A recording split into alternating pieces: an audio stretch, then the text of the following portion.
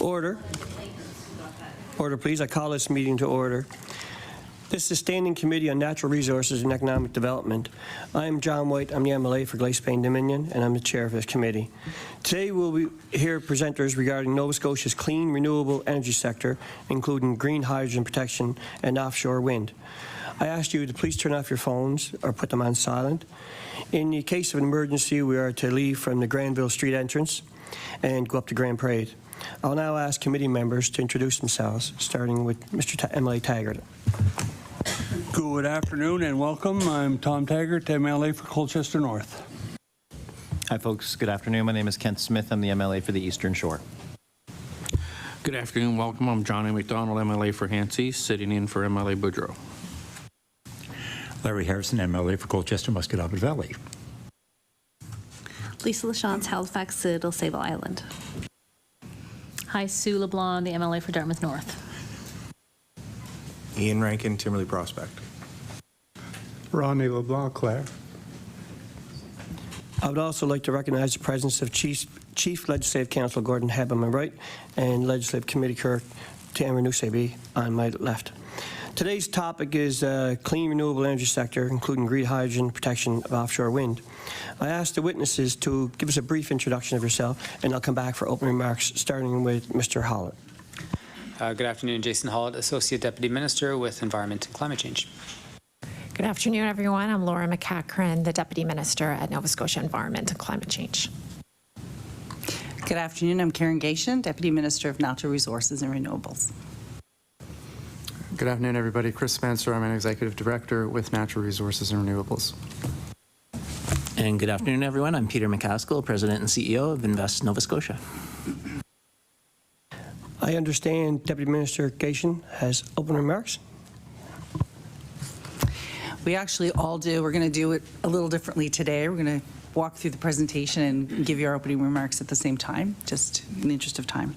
So first of all, I want to thank you very much for inviting us here today to talk about our clean energy future and how we're going to get there. Very important topic, certainly not only for our departments, but for the province. We're really pleased to have the opportunity to give you an overview. We will take turns giving our opening remarks, as I've said, as we move through the presentation, and then we look forward to answering your questions. I'll get us started, and then I'll pass it along to Deputy MacEachern. So this first slide really shows our shared mandate. And certainly over the course of my career, 35 years in May, I've really witnessed government becoming more and more aligned, more collaborative, more horizontal. Not to say we don't have lots more to do, but there has certainly been significant change over those years. And it is evident as you look at the shared mandate slide that the three organizations are working together on clean energy and our clean energy future.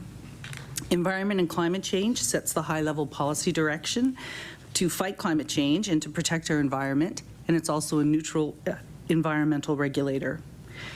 My department, Natural Resources and Renewables, helps to put a lot of that high-level policy into action. We develop clean energy sectors and invest a great deal of funding to help us advance our goals.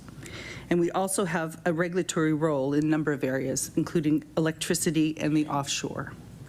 And Invest Nova Scotia plays a key role in attracting investment and helping grow our green economy. Over to me. Is it Deputy Minister MacEachern? Yes, thank you.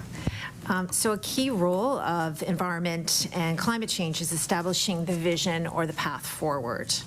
As you're aware, government passed the Environmental Goals and Climate Change Reduction Act in 2021, which set the vision for the protection of our environment, as well as our province's response to climate change and clean growth. It contains 28 goals and serves as our strategy roadmap. This legislation was followed by a climate risk assessment and an action plan, Nova Scotia Climate Change Plan for Clean Growth, which has 68 actions guiding the province's work to mitigate the effects of climate change and adapt to the impacts. And together, this strategy framework and our tactical action plan are guiding Nova Scotia forward in having more energy efficient homes and buildings, reducing our greenhouse gas emissions, moving from coal and oil to renewable energy and green hydrogen, protecting more of our land and water, developing our strong green economy, new jobs, and much more. The risk assessment shows what we can expect by the end of the century if further action is not taken. There are no surprises in the risk assessment. The links between climate change, our well-being, our economy, and health and sustainability of our environment are clear. We feel this sense of urgency and are acting. I'm proud to say that Nova Scotia has the most ambitious GHG reduction targets in the country, which include to be at least 53% below the levels that were emitted in 2005 by 2030 and to reach net zero by 2050. The Environmental Goals and Climate Change Reduction Act, coupled with Nova Scotia's Climate Change Plan for Clean Growth, are leading Nova Scotia forward to chart a new, healthier, and more sustainable course, which will benefit our people, our economy, and our environment. One of the key ways we will achieve these targets and effectively respond to climate change is getting off fossil fuels and moving to clean, renewable energy. While the team at Natural Resources and Renewables, in collaboration with the private sector, are the lead on developing the clean, renewable energy sector, Nova Scotia Environment and Climate Change has a key role for setting corporate direction through climate change policy and as an environmental regulator. As the environmental regulator, Nova Scotia Environment and Climate Change works to protect our environment and human health through a rigorous set of regulatory responsibilities. It is important for our environmental protection laws and regulations to be clear and easy to understand. If we want industry and companies to be compliant, we need to make sure our environmental regulatory processes are easy to understand and navigate. As the regulator, our role is to steward the environmental assessment and industrial approval processes, which allows innovative new clean energy sectors to proceed, while also ensuring that our environment is protected. To support the government's vision of moving to clean, renewable energy, we recently updated our regulations to ensure that the green hydrogen sector has clear, easy to understand information about the environmental regulations they must adhere to in Nova Scotia. This change clarifies the environmental regulatory path for green hydrogen, while also maintaining our high environmental protection standards. We can both remove barriers for clean economy businesses and protect our environment, and we can do both well. We're also working to modernize our environmental assessment process by 2024, a commitment in the Environmental Goals and Climate Change Reduction Act. As a regulator, we recognize the importance of ensuring our environmental assessment process supports sustainable development while protecting the environment. We also now have business relationship managers who help companies know what is expected of them and navigate the approval process. In summary, we want companies to spend less time trying to figure out our environmental protection rules and just be able to focus on knowing them and following them. By streamlining and modernizing our process, we expect to yield even better applications and reduce the amount of time staff spend explaining our laws and regulations. And as you can see from this slide, we are working hard at Nova Scotia Environment and Climate Change to advance the goals in the Environmental Goals and Climate Change Reduction Act and the actions in the Climate Change Plan for Clean Growth. These are just a few highlights from the past year of our accomplishments. Our second annual progress report is being finalized now and will be available before July 31st. I'm very proud of our team and our partners, like those at the table with us today, and all that we are doing together to be responsive to climate change and chart a new, clean, and green future for Nova Scotia. Of course, we need to be nimble, and we need to, as we go, and pivot as needed to achieve net zero by 2050. For example, we recently developed a new carbon pricing system for industry, which will hold them accountable for reducing their greenhouse gas emissions. We designed this new system when it became evident through the thorough analysis by the team over a year that the province's cap and trade system, which has experienced significant operational challenges over the past 4 years, would not meet the new federal government standards going forward. The output-based pricing system will take full effect in early 2024 and is a key part of our path to net zero, along with electrifying how we heat our homes and our transportation systems, moving to power our electricity grid with renewable energy and green hydrogen, and make our homes and buildings more energy efficient. And I'll pass the microphone back to Deputy Gatien and look forward to answering your questions at the end of the presentation. Thank you. Deputy Minister Gatien. Thank you, Laura.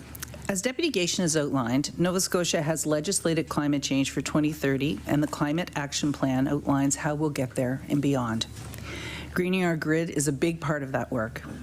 To reach our 2030 goals, we need to move off coal at 8 power stations, and we need to develop new renewable energy sources. But there's no silver bullet here.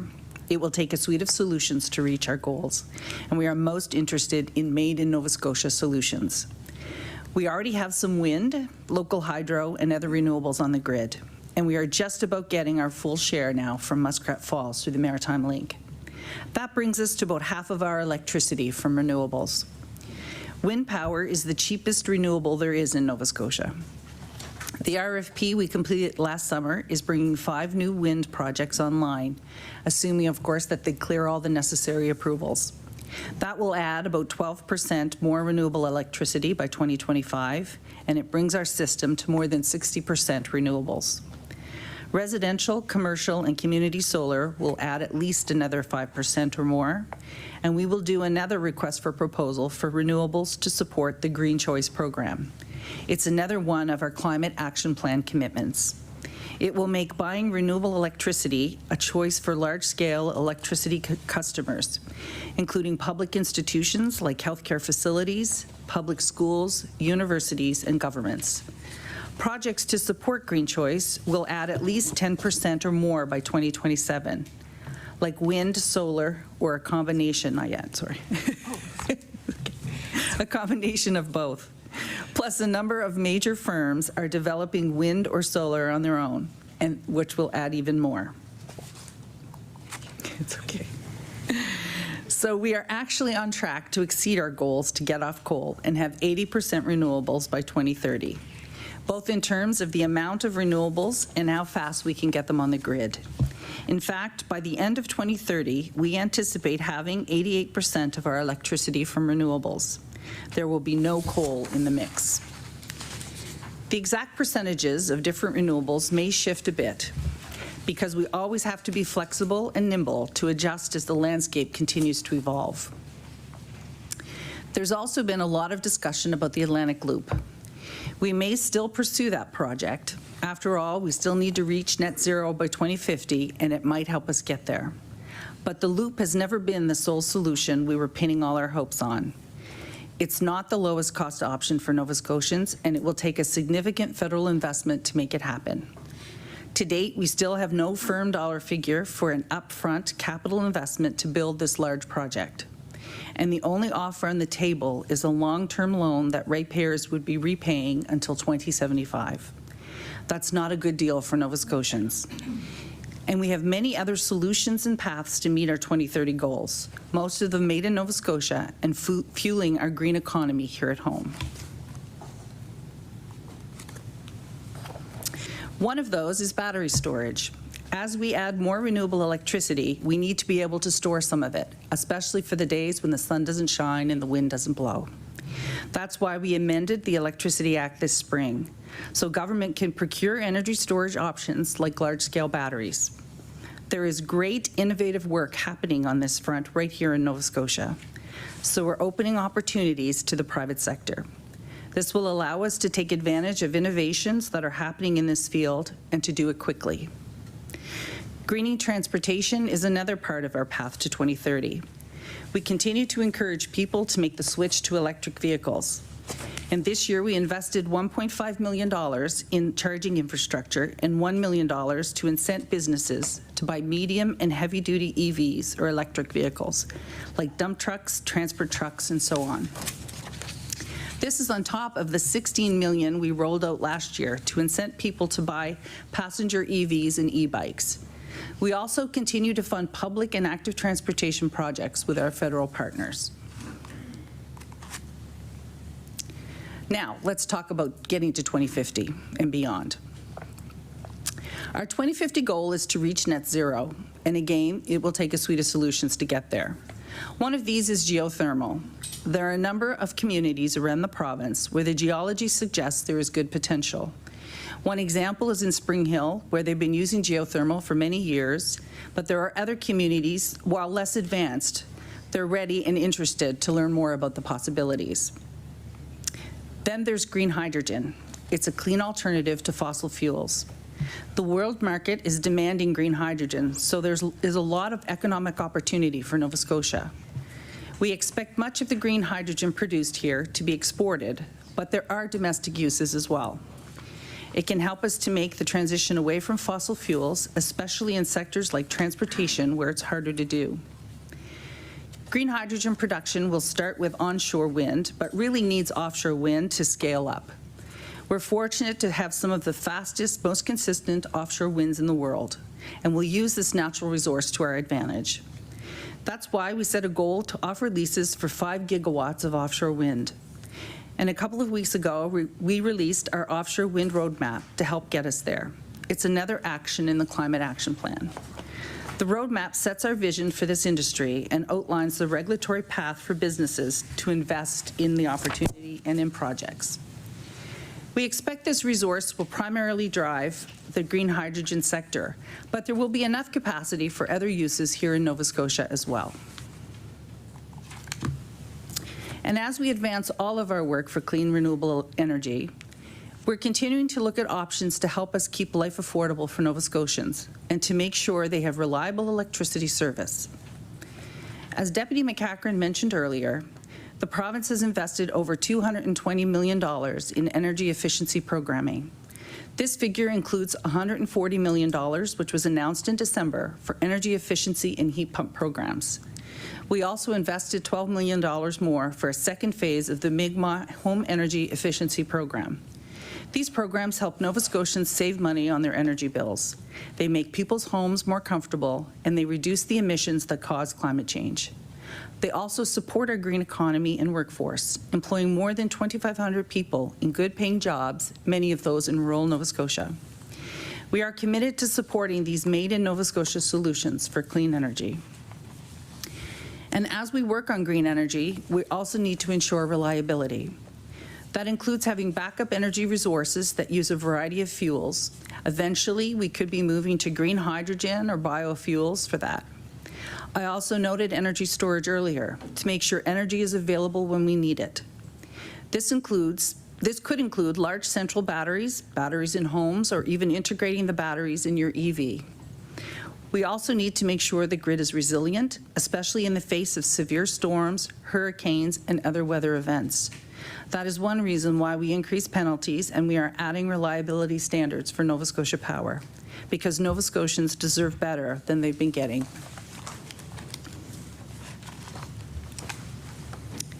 Before I wrap up, I do want to note that some aspects of achieving our climate change goals involve the use of Crown lands, and we do not have much of it.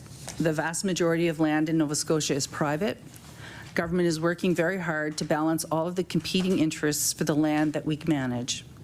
Our recent work with green hydrogen developers is a good example. Last year, several developers came to us looking for Crown land leases for wind farms to support their operations. We worked through a process with them to consider that land use,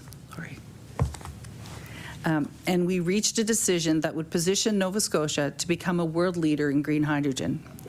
Ultimately, we are always considering a wide range of social, environmental, and economic benefits associated with the use of publicly owned land, both today and in the future. There's lots more to talk about, but I will end it there and pass it over to Peter.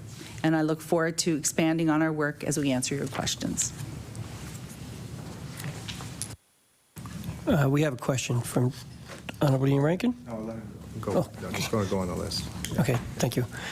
President and CEO MacAskill.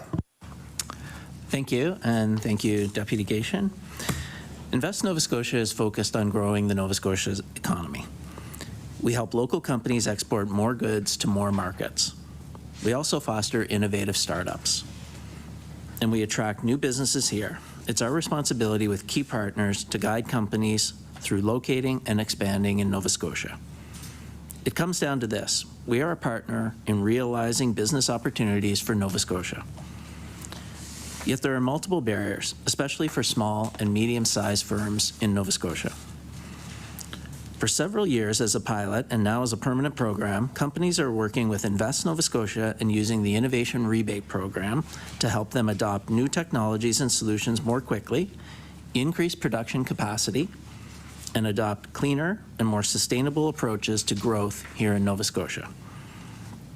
For example, Ballamore Farm in Colchester is increasing local food security, extending the growing season, and in addition, energy efficiency is anticipated to improve by 20 to 40% with modern coolers and insulation.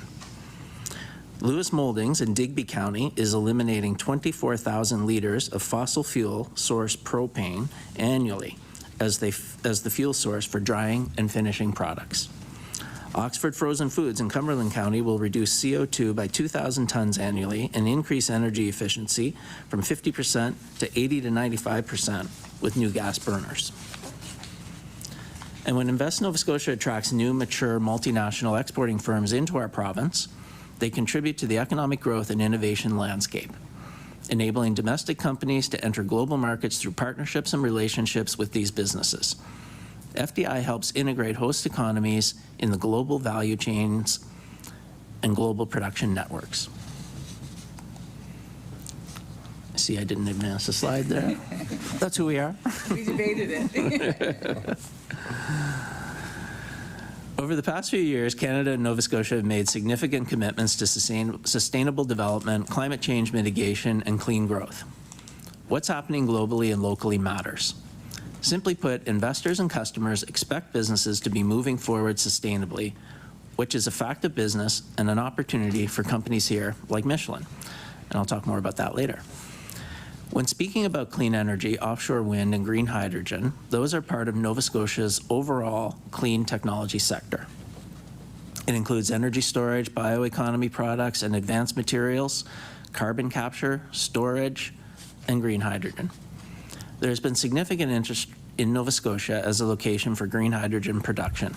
Exportable and domestic use green hydrogen presents a strong economic opportunity for the province.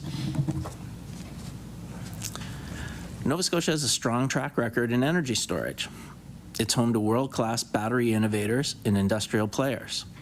This means there are many opportunities for innovators, entrepreneurs, and business leaders to come and collaborate as part of Nova Scotia's growing battery technology sector. Our province boasts a thriving industrial biotech sector with innovative specialty research centers that support technology-enabled R&D and commercialization for the bioeconomy. The Verschuren Center received $2.5 million from the Department of Economic Development to expand their biomanufacturing facilities into a national bioprocessing center with 10x the bioreactor capacity.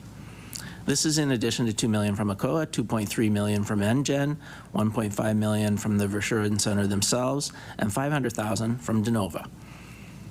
The new facility will be a first of its kind in Canada and result in an initial 40 jobs with an aim to attract 10 new companies per year. The Verschuren Center inspires a collaborative shared goal of accelerating the transition to a green and circular economy.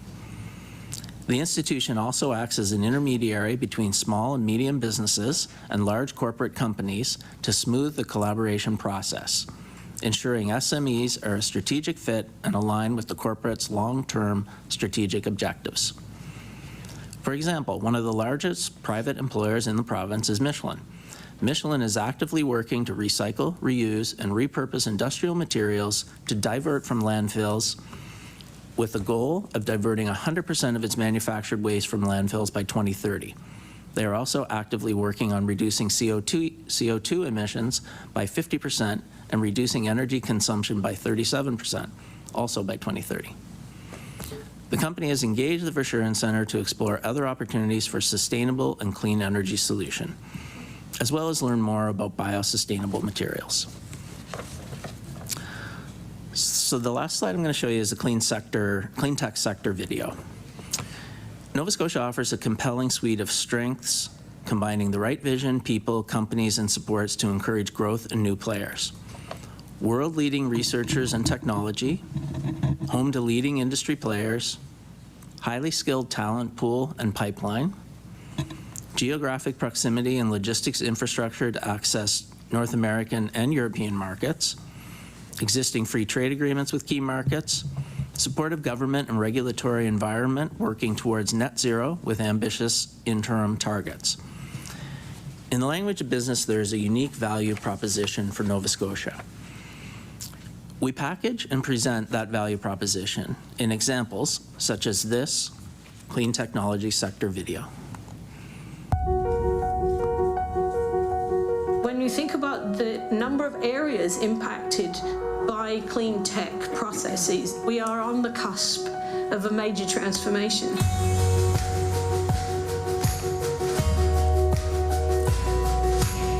Think about the clean technology sector in Nova Scotia. Look behind the scenes. We actually have advanced a number of things that are world-class. We work with other startups in the battery sector, solar sector. A long reputation for being early adopters of the Blue Bag program and having advancements in landfilling, recycling, and how we repurpose materials. Nova Scotia really has the potential to be a dynamic host for technology and growth industries. Every day you learn some new business that's doing something exciting in the region that could have an impact on the world. The reputation of being open for business. Regardless of what you're into, you're going to find a community of people. And it's exciting to see people looking to start businesses and grow technology here in the province. It's going to mean incredible jobs in areas that people love to operate.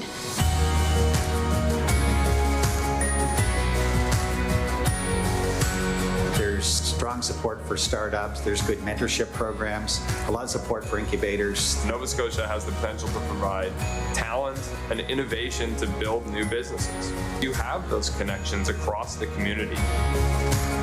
You combine that with lifestyle, affordable housing.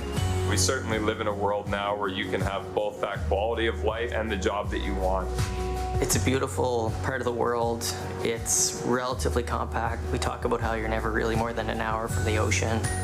This is a part of Canada that is just a great place to work. Good people and overall a good experience. It's a fantastic place to be if you ever have an ounce of spare time.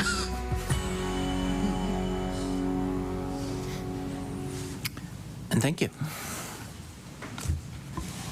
Thank you very much. We are obviously in for a great meeting. I think there's lots of interest in this topic for sure, so that's excellent. As I open the floor for questions, I want to remind members to give me a wave, or I'll keep circling the room as much as I can, but I'm kind of captivated on what's going on here, so make sure you get my attention. I will ask that follow-up questions be directly related to the original question, just because there seems to be so much interest. Right now, to start, I have the Honourable Ian Rankin, Emily LaChance, MLA Smith, and MLA Taggart already, so, and now McDonald. So obviously the interest is there, so if we can just keep, I'll get you now, right? If we can just keep the questions kind of unique or precise, I should say. Other than that, I just want to remind everybody to wait until I call your name so your microphone turns red so that Legislative TV can record what we're saying here. And I pass the floor over to Honourable Ian Rankin. Thank you, Chair. And since you mentioned the Atlantic Loop, I do have a couple questions around that potential project. And just to recap my understanding, and back in 2021, the government came in, had a big meeting with stakeholders, Nova Scotia Power, and effectively said at the time that they needed investment to start the work before the end of that calendar year. Only talked about the Atlantic Loop, and now we're in 2023. Where we're seeing a lot of cold water being thrown at that project. And the answer that we continue to get from the Premier especially is the list of renewable energy that we've been working on in this province for a long time: solar, wind, and tidal, and apparently now even nuclear is on the list with that answer. And so my understanding, and I see myself as a layman on this topic, I certainly don't have the subject matter expertise that you all have, is that in every viable scenario, at least when we were in government, in every analysis, that to get off coal by 2030 that we needed to have upgraded transmission line, that is a secondary line into New Brunswick, also known as the next leg of the Atlantic Loop project. That is the Onslow line, which at the time was estimated to cost 300 some million. I think the last estimate I saw was about 500 million. Is it the position of the government now that I'm reading, and it's a pretty definitive statement, that it is not the lowest cost option for Nova Scotians? It begs the question, is it not now in the plan for that construction of that leg of the loop to be undertaken, which my understanding does unlock more renewable energy? It was mentioned in the document that wind is the cheapest form of energy. It unlocks another 400 megawatts of wind. It enables 200 megawatts of battery storage, which was also mentioned. A very critical piece, in my view, is to get going on that secondary transmission line. So my question is that part, which I've never heard the Premier state, still part of the plan, or is there actually a viable alternative without at least that portion of the Atlantic Loop project? Deputy Minister Gatien. At this stage, we would agree. We call it the intertie, but it's the one from Onslow to Salisbury in New Brunswick. I think Nova Scotia Power refers to it as the no regrets. There are certain no regrets options, and we would agree with that is a crucial intertie, and one that we do need to get going sooner rather than later. I agree. I think the cost has gone up a bit, but you know, I would have said about 700 million. I could be off a bit, but I could check on that. MLA Rankin. So I'm happy to hear, at least at the staff level, that this is still at least part of the way forward. And since Bill 212 was passed, my understanding, correct me if I'm wrong, is the project has been paused. I actually tried to look this up myself to see if that's still the case, and I'll table just the document that shows the capital plan produced by Nova Scotia Power to the UARB, where pretty well every initiative that has anything to do with what was called the Eastern Clean Energy Initiative, which is basically the Atlantic Loop concept. This has been around for a long time. I highlighted all of these that are now deferred, and it even mentions the Onslow project, or at least part of the project, as being deferred. So the members can see that that critical piece that allows us to start to close coal plants, and 3 of them, by the way, are now late out of the 8 that we have in this province.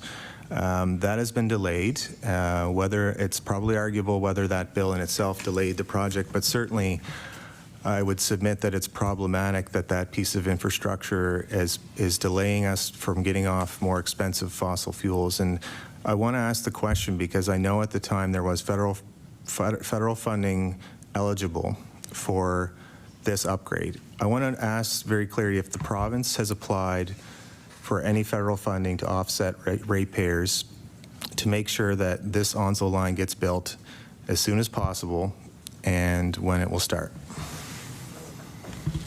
Deputy Minister Gatien.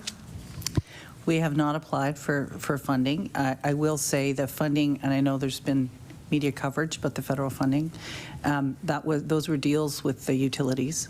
Certainly we were in the room when they talked about, we don't have anything formal, but when they talked about what the potential was in terms of loans. And the Onslow to Salisbury intertie was always part of the conversation. I can't speak to Nova Scotia Power's reasons for pausing, but they've certainly been in regular conversations with us around, okay, what are we going to do? How are we going to move this forward? There's been an interest in battery storage, an interest in how we move the intertie forward. My comment would be it wouldn't be federal funding to the province necessarily. It would likely be to the utility at this point, but in the form of a loan. Deputy Minister MacAskill. very much. I just wanted to add a couple of comments, not specific to the loop, but at the beginning, your first question, you mentioned about the same projects that have always been worked on, and I just wanted to address that because it certainly doesn't appear that it's business as usual here in the province. There's been quite a bit of activity just in the last month, I can say, or last couple of months, I can say, you know, as regulatory agency in the province, we've had a huge increase in the projects that are coming through our environmental assessment process. And as you know, the renewable energy projects do come through our environmental assessment process. We've had 8 projects through just since January alone. 2 of them being green hydrogen projects, 6 of them being wind projects. And we know from our conversations with industry that many more onshore wind projects are projected, are in the offing to come through our process in the very near future. So there's lots of activity that is happening in the renewable energy sector here in Nova Scotia, and lots of possibilities around, as Deputy Gatien said in the beginning, about there not being any silver bullet. There is a broad sweep of actions and activities that are required to achieve our climate change goals. Those are reflected in the climate plan, and we're also seeing that activity on the ground with a number of projects that are coming forward just through our process alone. So just wanted to add that. Thank you. Could I just comment on that? A quick comment. MLA Rankin. Well, those are all great things, and we need more wind. We need all kinds of renewable energy, but those are primarily variable sources that won't displace coal-fired generation plants, and that's what I'm trying to get at today. It is a huge economic and environmental liability that we continue to burn coal. We just saw a 14% increase in power based on fuel cost increases that are primarily coal and fossil fuels attached to the market, and so the urgency needs to be there to start to find ways to get baseload renewable energy, baseload non-emitting sources into the pride. So I'm just not hearing any alternative, and the department is now saying that it's not the lowest cost option. How can you say that without actually laying out a plan for Nova Scotians to see what the alternative options are? MLA Rankin. And you can't just say it's solar and wind. Order. You asked for a quick comment. I didn't want another question. Sorry. I did give you 2. I'll come back to you, I'm sure. MLA Lachance. Hi, thank you very much. I wanted to follow on the conversation around green hydrogen. So during estimates, the Minister of Natural Resources didn't provide a lot of details in terms of the hydrogen strategy consultation and rollout process. And so I'm wondering if you can provide an update on that. And at the same time, I know the Minister also sort of seemingly said that in the strategy, the question of whether it be gray hydrogen or blue hydrogen or green hydrogen would be like a business decision for folks to make. And I'm wondering, is that still the policy position of the department as you're working on the strategy? Deputy Minister Gatien. I'm going to ask Chris Spencer to speak to that. He's leading the work on hydrogen. Mr. Spencer.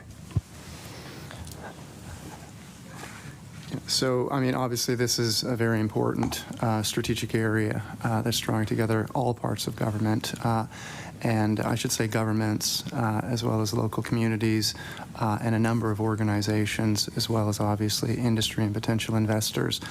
So it's very much a collaborative, inclusive effort, very long-term minded, obviously, as I say, strategic, but far-reaching in many ways. This is about economic opportunity. It's about meeting our own clean energy needs as well. As we talk about, baseload opportunities to back up the strength of our world-class intermittent renewables, hydrogen provides that foundation, and it's through the scale of exporting these emerging resource opportunities that we domestically can benefit from a much more secure and reliable form of energy that ticks the box of meeting our energy needs and ticks an important box in terms of our economic future and sustainable prosperity. So I'm very pleased that you followed up on our minister's comments during estimates about our planning in this important area. We are working with a trusted advisor that's worked with us in many constructive ways across sort of the green transition, Clean Foundation, and in the work that we've done with Clean so far, we have an end objective, okay, to deliver a plan, an action-oriented plan. We call it the Green Hydrogen Action Plan, so perhaps that answers your other question in terms of what color we're focusing on. And I think for the benefit of everybody, in terms of these colors, green hydrogen means zero carbon hydrogen, okay? And it's zero carbon because it's backed up by our world-class intermittent renewables, okay? Which obviously through, a vertically integrated approach optimizes the economic opportunity in addition to that strong environmental imperative. And so working with Clean and obviously the scope and the breadth of their experience, working with a number of our partners throughout the energy transition, has given us a very well-rounded approach to the Green Hydrogen Action Plan, thinking domestically, thinking export obviously being that linchpin of scale, economies of scale, to make this really a secure and viable option. My deputy earlier in her opening remarks mentioned all options need to be on the table. It's a very heavy lift to get to net zero, 2050, but 2050 is around the corner when it comes to these nascent forms of clean energy. And so this is an important option for us to be exploring actively. The latest update that I have from that teamwork that's happening, led by my branch in collaboration principally with Clean Foundation, we've identified 29 deliverables, 29 action areas across sort of 7 broad objectives at this point, and they hit upon a number of the core areas, but nothing is more important than the social acceptability. If we don't get that right and get that right from the outset, we're going to poison the well, as they speak, and that's going to be counter to our important strategic interests in this area. A follow-up related question. Yes, go ahead, Emily Shantz. Thank you. And the Hydrogen Innovation Program, which was created in legislation, so is that being implemented now, or is that being further developed as part of the strategy? No, that's on its own track. Mr. Spencer. Sorry. Yeah, learning the rules here, Mr. Chair, but red light on, I can speak. Sometimes maybe my wife needs one of these. Sometimes I'm too much into my phone at the dinner table. If she had one of those, speak now. Let's have a conversation. Anyway, sorry about that aside. We mentioned earlier the intertie being no regrets. Okay, innovative programs are no regrets. We need to begin setting the stage, and we think that what we've done with the Hydrogen Innovation Program was a key stage setter, establishing those winning conditions, sending sight lines to industry more than anything, as to our intentions in this area, and so we can shoot out ahead of that collaborative work with the no regrets opportunities, obviously informed through a lot of dialogue and investigation on our part, but we feel that Hydrogen Innovation Program, is a key early mover, on our part, and so we are working, as quickly as we can to implement that program. Thank you, Mr. Spencer. After 2 years of learning the rules, I know I can call on Mr.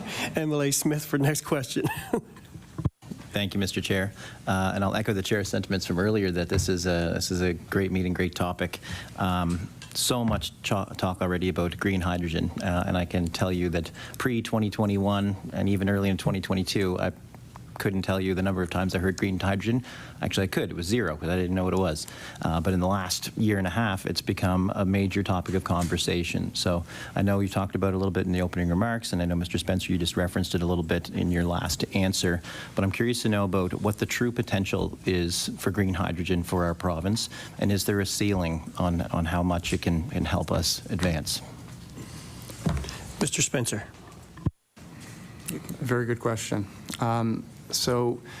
We believe that the opportunity is virtually unlimited in Nova Scotia, because this ties to, once again, the strength of our intermittent renewable resources.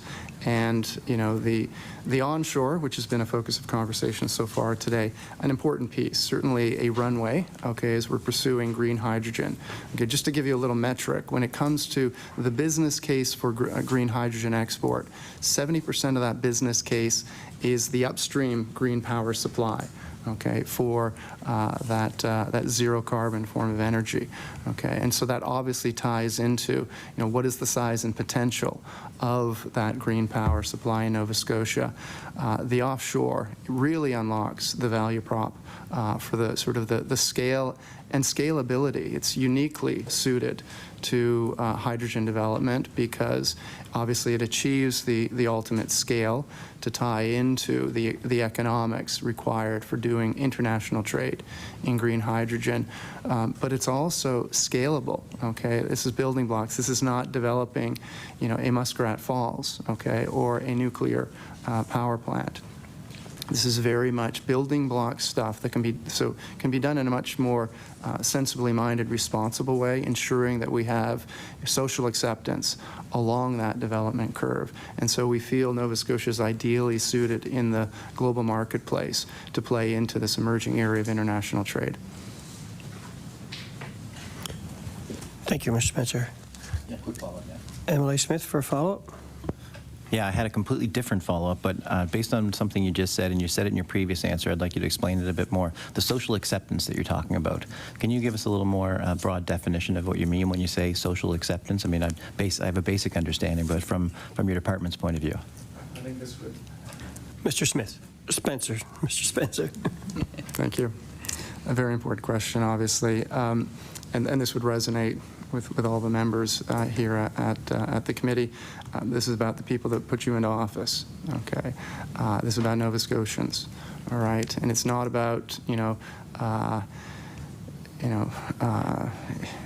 companies necessarily. It's not about those who bring a particular agenda, okay? There's a lot of that out there, a lot of so-called, stakeholders and public interest groups, all very well respected. But this is about Nova Scotians. And so we can't talk about social acceptance without starting with education. Okay, so we need to build through the foundation of understanding. We need to approach this sensibly, and sensibly means approaching it based on facts. So we need to make sure Nova Scotians understand, the opportunity. Nothing is without risk. That's the world we live in. And certainly we've got, the climate change imperative, pushing us forward to taking on new risks and explore new areas. Trial and learning, innovation, that all has, but it has to be done as safely as we can. And that's through sort of informed consent. And that comes through formal processes like we're doing for offshore wind with the regional assessment process, but it comes through many other informal mechanisms, through the efforts of you with your constituency offices. We need to make sure that people are drawn into the conversation. There's important work being done by Net Zero Atlantic, an NGO that works actively in this space. Their name says it all. They've received funding from the federal government for a capacity building initiative. Two important communities, obviously, within Nova Scotia, would certainly start with First Nations, okay, the Mi'kmaq, so a lot of important work that's happening there. And then when we think about local communities, there's nothing more community-minded than our fishing industry. And so thinking about how we can safely undertake this in an inclusive way, sort of hearing people's concerns, from the outset, not, informing them of our ideas, late in the game, but getting them part of the investigation early. That's what builds trust and confidence, okay, that inclusion. And so that's an important piece in gaining that social acceptance. Thank you. MLA Taggart. Thanks, Chair. My question is to Deputy MacEachern, if I could, please. I think we can all agree that clean energy is the way of the future, and working towards it is critically important. Deputy, can you explain why this is a key target for the government in reducing carbon emissions as opposed to keeping the old cap and trade system in place, please? Deputy Minister MacEachern. Yes, absolutely. Thanks very much for the question. Yes, we are completely agreed that taking action urgently on climate issues is really important, and reducing GHG and being really focused on reduction of GHG emissions is critical, and that's why the Environmental Goals and Climate Change Reduction Act that was passed in 2021 contains some ambitious targets in that regard, and so. We're very focused on that, and as we look back on the cap and trade program that has been in place here in Nova Scotia since 2019, we're just in the process of winding that down, as you know, and transitioning into a new approach with provincially based output-based pricing system, the new climate plan, and the new Nova Scotia Climate Change Fund. But we have this opportunity now as we wind down the program to look at it and see how what the experience here in Nova Scotia has been with that climate change program. And what we have come to know is that it's been quite challenging to implement here in Nova Scotia. This is a very small jurisdiction, Nova Scotia, compared to what cap and trade programs are typically designed for bigger markets where there's more participants and the ability to do more trading. That's not present in Nova Scotia with a small number of participants. We also have a cap and trade program that's been in operation that was very reliant and premised on the ability to give free allowances, free emission allowances to fuel suppliers. And that is not something that is part of, for example, the Quebec linked cap and trade program that it operates with California, and it's not something that's allowable under the new federal requirements that are now in place for 2023 and going forward. So one of the fundamental aspects of the program that has been existent, which was to allow free emissions, something that is not typical in cap and trade programs, is no longer allowable. The other thing that was very important to the program, the cap and trade program that is being wound down, is was premised on Muskrat Falls energy being available at a certain time. That did not materialize on time, and so that again has caused challenges with the successful implementation of that program, that cap and trade program in Nova Scotia. So when you look at both the cap side and the trade side of cap and trade, there's been challenges. We've only ever had one trade in the cap and trade program in Nova Scotia since it commenced its actions in 2019. So the trade side of cap and trade, 50% of what gives it its title, has not happened in Nova Scotia.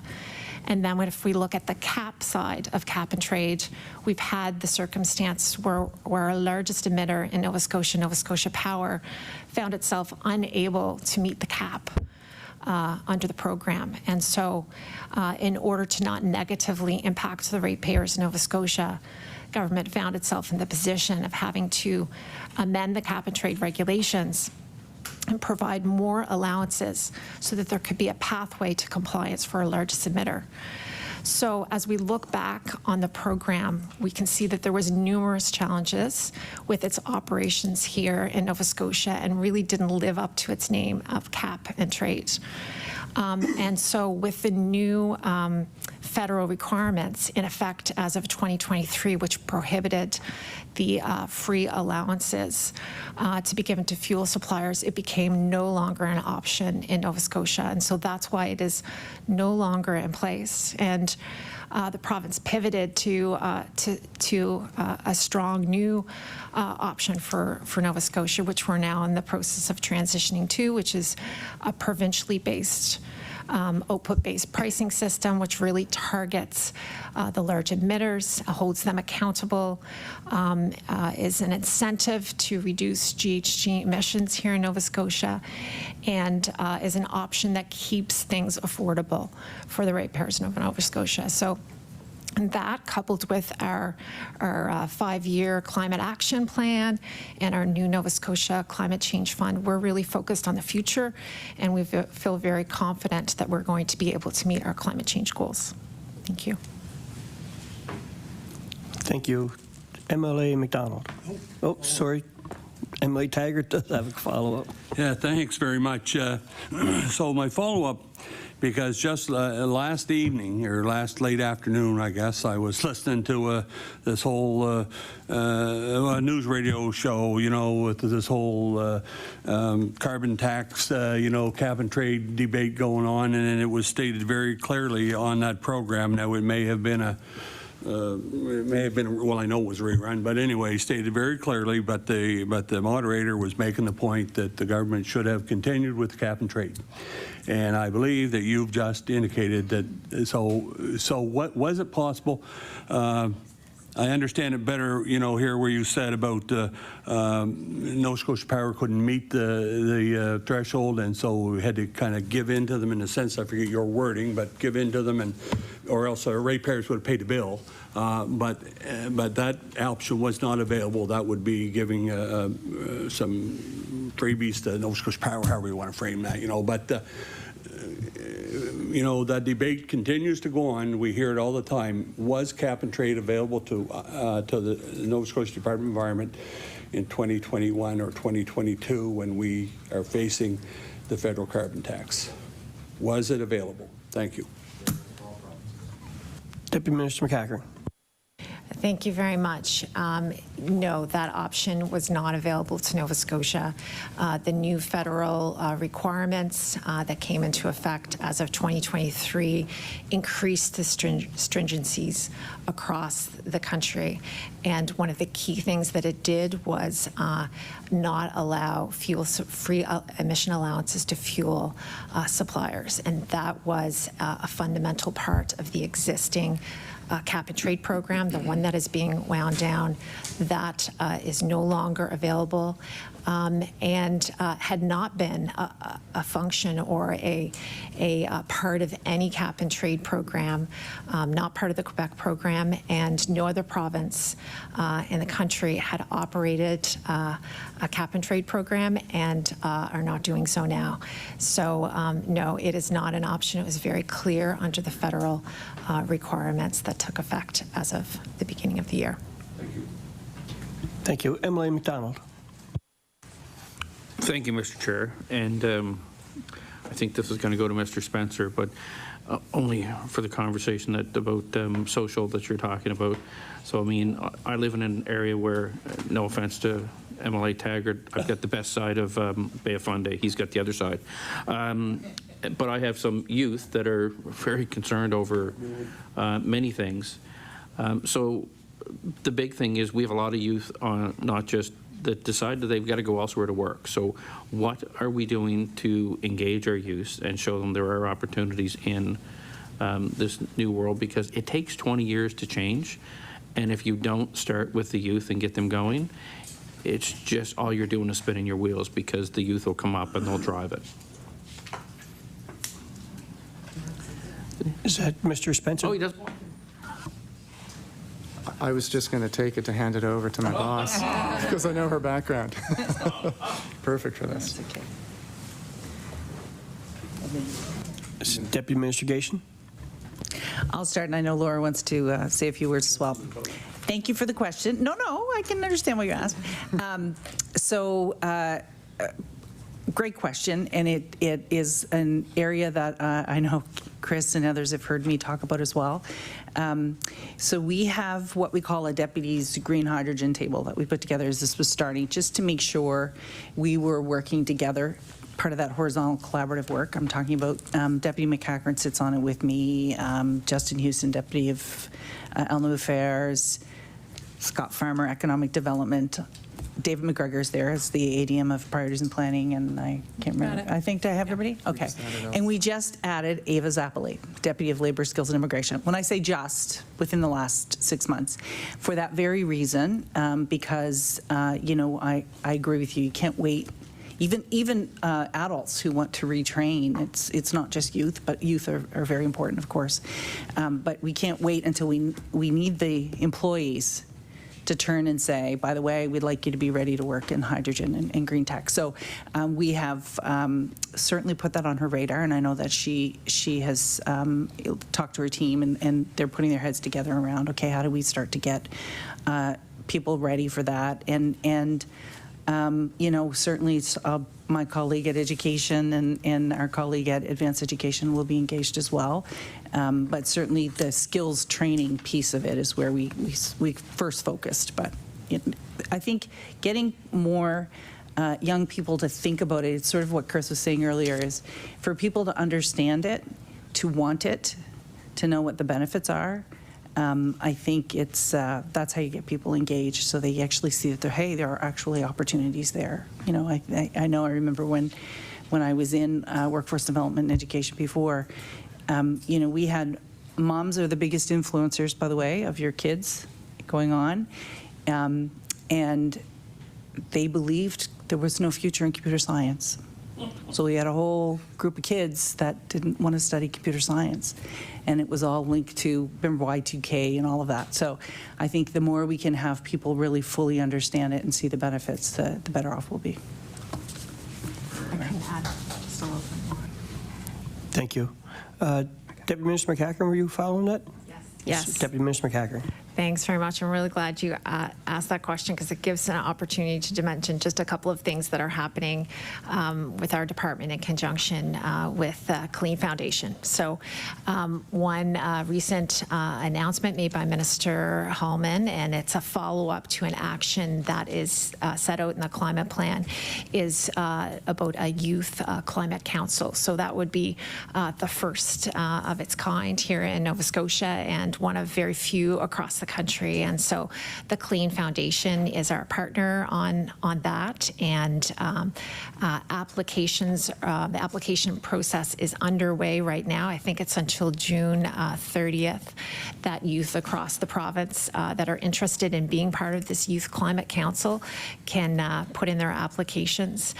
So we're really excited about it. It's an opportunity for youth who we know, are quite concerned about the climate crisis to be able to impact public policy in a more formal way. So they'll have a connection into the department and into government to bring forward their ideas and perspectives and play a more formal role. So we're happy about that. And if anyone knows anyone who might be interested, they can get their applications into the Clean Foundation. There's information on the website.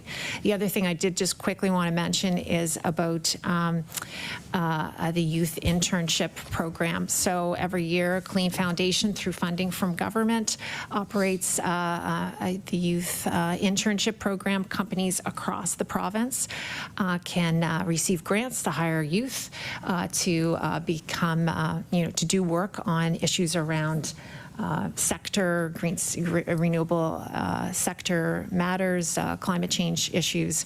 And so it's the largest cohort there has been so far, so just over 150 students working across the province and building that expertise and that capacity for the jobs of the future. Thank you. Thank you. Emily. Yeah. Of course, everyone had a follow-up. Emily McDonald. Thank you. And the reason I mentioned youth is because, in all honesty, I mean, they're the ones who do drive it. And for the Y2K, yes, when I was in school, it was the thing. And then I was in it, and they were going, you don't need to take trades, which is like the most stupidest thing that we ever told people. So I don't know how they thought things were going to get built. But when you mentioned the youth, and I just need to know a follow-up for it is, can you define youth? Because I don't want to go to somebody and find out it's not within. So I have an idea of youth, younger than MLA LeBlanc. But what is it, so I know who I'm going to be saying you need to go fill this application out for? And that's my follow-up, Mr. Deputy Minister MacAskill. So sorry. That is a great question. I do remember from my days at the former Department of Labor and Advanced Education that this question of what is the threshold for youth is very live. But for the purposes of the Youth Climate Council, I believe it's up to 24. I'm just checking. We're double checking, but I believe it's up to 24. Yeah. Yes. You'll get back. Yeah. We'll let you know for sure. Thank you. MLA Rankin. Been on that? Or? Sure. Yeah, I think he. Oh. Sorry, just to explain, MLA LeBlanc and Rankin switched positions on the speaker list. That's the only reason. You didn't jump ahead, you.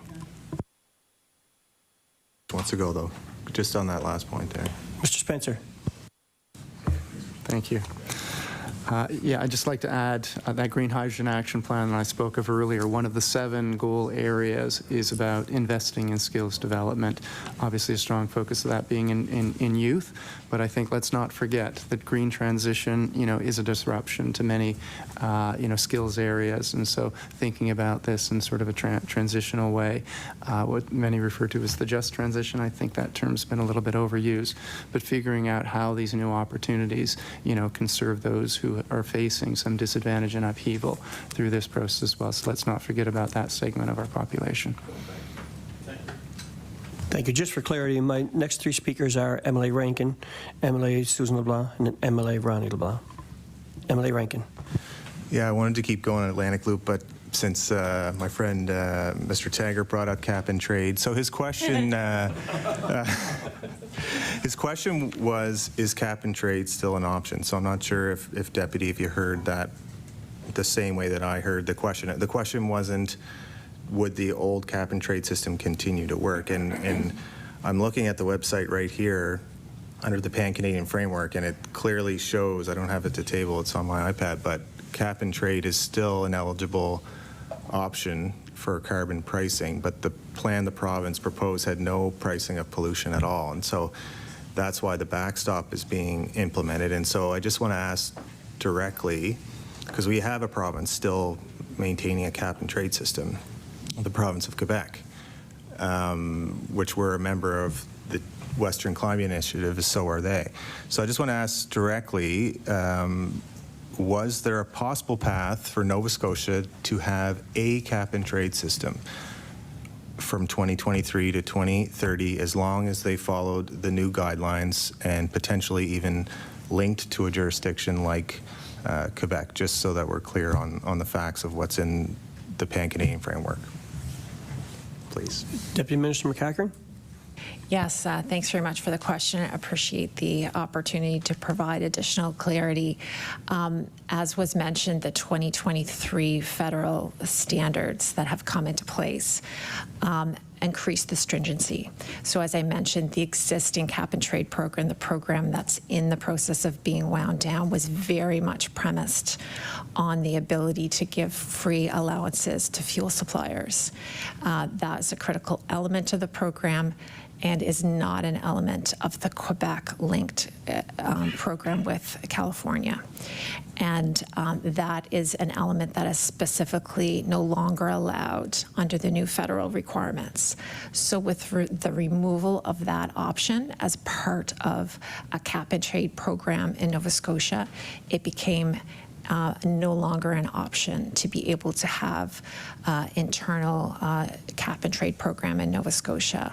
We did look at all of the other options. We looked at the option of whether a linked cap and trade program with Quebec and California could be an option. What we found with that analysis is that Nova Scotia is the smallest of the jurisdictions. It's a small jurisdiction, and so the challenge that our companies would face is that there would be an outflow of revenue from Nova Scotia into those larger jurisdictions. And so, very important for Nova Scotia to protect its own interests and have the benefits of that revenue right here in Nova Scotia. So when the team looked at that analysis and did that work, a linked cap and trade program with Quebec and California would not be something that would be eligible and beneficial to Nova Scotia. So we can assure you that we looked through all of the options, and where we landed, we are very, very optimistic about. We've created and focused on a provincially based, OPUP-based pricing system. It is Nova Scotia created. We have assurance from the federal government that it is compliant with their requirements. It focuses on those large emitters that produce 50% of the emissions here in Nova Scotia. It holds them accountable. It incentivizes GHG emission reductions right here in the province. We have the ability to keep the cost impacts for Nova Scotians minimal. compared to what would have happened if a federal OBPS system had been imposed on us. So we're pleased with where we have landed. We feel like we've made the right decisions for Nova Scotia, and we're backing that up with a really ambitious 5-year climate change plan and a new Nova Scotia Climate Change Fund, which will fund the actions that we need here in Nova Scotia. MLA Rankin for a follow-up. That decision and that system does come with it, the carbon levy at the pump. So that is triggering the 14-cent increase that's happening on July 1st. And what I would say to your answer is that eligibility and what's beneficial are different things. So you went on to say what we would have to do, but you said it wouldn't be eligible, but it clearly is eligible. You could make the argument that it might not be beneficial in your opinion. But in any analysis I saw, and in Quebec, I think it'll be proven to show that the cost at the pump for cap and trade will be lower there. And I think that should just be clear that it is eligible. If the government thinks there's more risk than they're willing to take, that could be said. But I don't think it's really fair to Nova Scotians to say that there simply was no eligibility when we clearly have a province. I understand the allowance piece. I know that most of our allowances were given to fuel suppliers. Not all, though, or we wouldn't have the 1 cent at the pump. There was a percentage of allowances that were auctioned and will continue to be through 2023. I think there's at least 2 more auctions happening. And so obviously the element of risk isn't high enough for the province to cancel those auctions and continue with the system until 2024 when the new OPBS system comes into play. And so I just want clarity, and I think it should be admitted by the department that all provinces still had an option for a cap and trade system as long as the eligibility, which is publicly available online for anyone to see under the federal government's website, that there were options, and that's why an analysis was taken by the department, because there was indeed some options to look at. Before I go back to Deputy Minister MacEachern for a reply, MLA Rankin, I'd ask you to forward that page as a link to the clerk, perhaps, and that'll be tabled in the document for us. Thank you. Deputy Minister MacEachern. So thanks very much. The additional comments that I would make is just again pointing out that the existing cap and trade program, the program that is being wound down, that has been in operation from 2029 to 2022, is no longer an option, is not compliant under the new federal requirements. That is what the department has communicated publicly.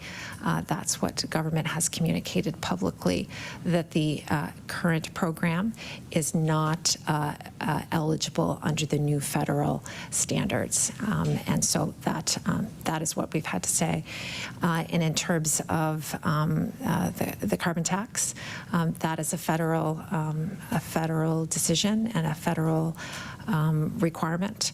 And, it's for the federal government to explain that. What we're focused on is our output-based pricing system, our provincially based output-based pricing system, our climate plan, our Environmental Goals and Climate Change Reduction Act, and our new Nova Scotia Climate Change Fund. Thank you. MLA Susan LeBlanc. Thank you very much. I feel like I want to get in on this conversation, but I'm going to hold back and ask this question. So in the deputy's opening remarks, you talked about geothermal, and in my colleague's first question, he talked about nuclear. And last week, the premier stated publicly that he was considering nuclear energy as a means of decarbonizing the province.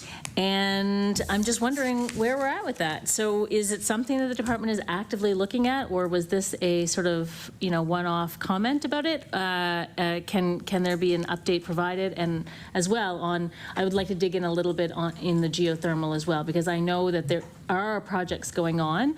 How many are going on? How many geothermal projects have been proposed to the department, or what's happening? Because I know that since green energy came on the radar, or at least to the legislative radar, that's kind of all we've been hearing about. So I just want to know about these other I don't want to say options, but other things. Deputy Minister Gatien. So I'll answer your nuclear question first. So there's no active development on nuclear energy at this point. What is an option? So you remember we were speaking earlier about the intertie. So New Brunswick is quite far along. They haven't fully developed their small modular reactor, but it would allow us, if they were able to do that, it might give us the potential of being able to transfer some electrons from any SMRs that they produce through to Nova Scotia for our energy as well. At this point, there is a moratorium on uranium exploration, so all of that would limit what we could do as a province at this point in terms of in-house. Doesn't mean it's ever off the table. It might be a good option that we would look at, but at this point we're not. In terms of geothermal, as I mentioned, there are about 8 areas. They would be no surprise areas too, I'm sure, areas where there had been mining for the most part. So Pictou County, Cape Breton, and Spring Hill, of course. And there may be a couple of other areas I'm not thinking of right at the moment. I'm going to say Digby, but I could be wrong.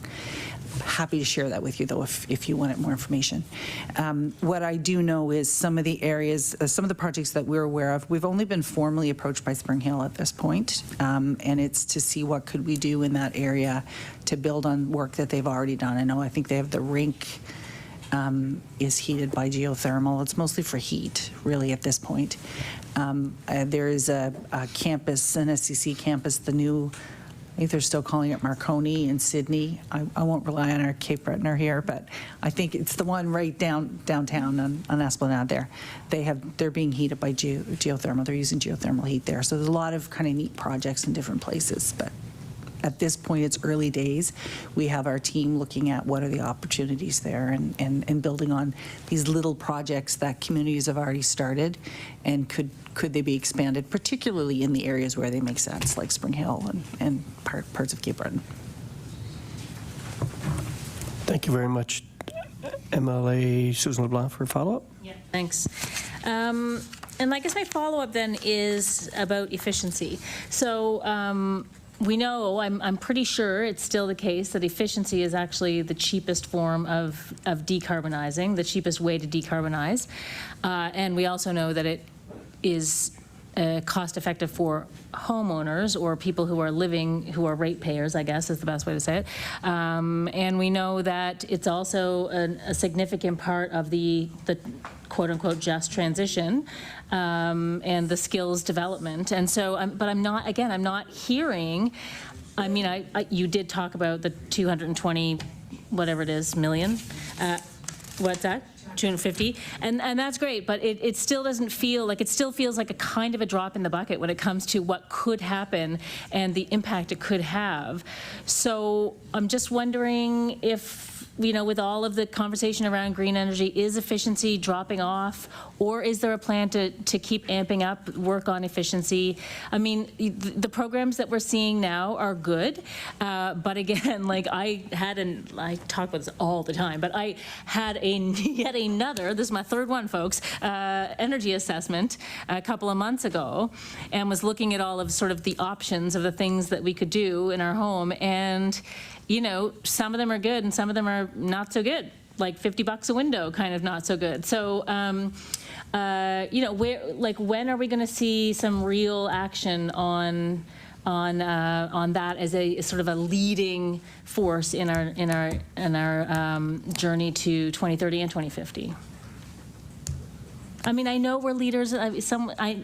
Totally, someone's going to say we're leaders in the country, but we could be better than that, even. Deputy Minister Gatien. I'll start, and then I know Laura has some comments. It certainly hasn't dropped off. I think I agree. I won't say the leaders, but we are.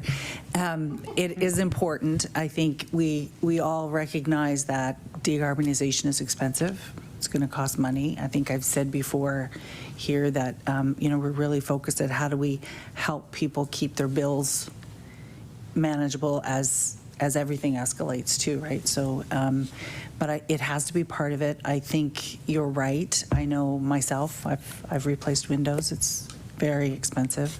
We've started in areas perhaps where the biggest impact would happen. So for example, in all of the 13 Mi'kmaq communities, how do we retrofit all of those homes to make them more efficient? And that started before this government, I know, but it has continued on, that work. And how do we help lower income families access heat pumps? But it's not just the heat pumps, it's also the electric panels.